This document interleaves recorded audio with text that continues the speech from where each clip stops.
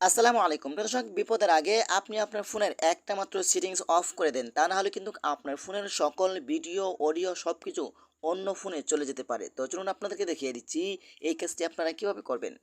তার আগে ছোট্ট একটি কথা বলবো, যারা আমার ফেসবুক পেজে নতুন অবশ্যই আমাদের পেজটি ফলো করে রাখুন এমন গুরুত্বপূর্ণ নতুন নতুন ভিডিও পাওয়ার জন্য। তো এই কাজটি করার জন্য ফার্স্ট অফ অল আপনি চলে আসবেন আপনার ফোনের সেটিংসে।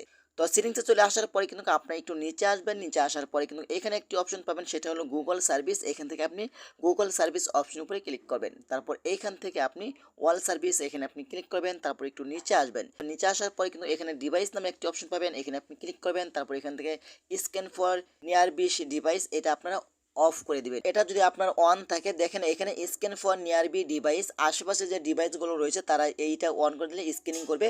আশেপাশে ডিভাইসগুলো থাকলে কিন্তু সেই ডিভাইসে আপনার ছবি ভিডিওগুলো যে কোনো সময় চলে যেতে পারে। আপনি চাইলে নিরাপদ থাকতে পারেন এই সেটিংসটা অফ করে। তো আশা করি আজকের ভিডিও অনেক পর্যন্তই। ধন্যবাদ সবাইকে, আসসালামু আলাইকুম।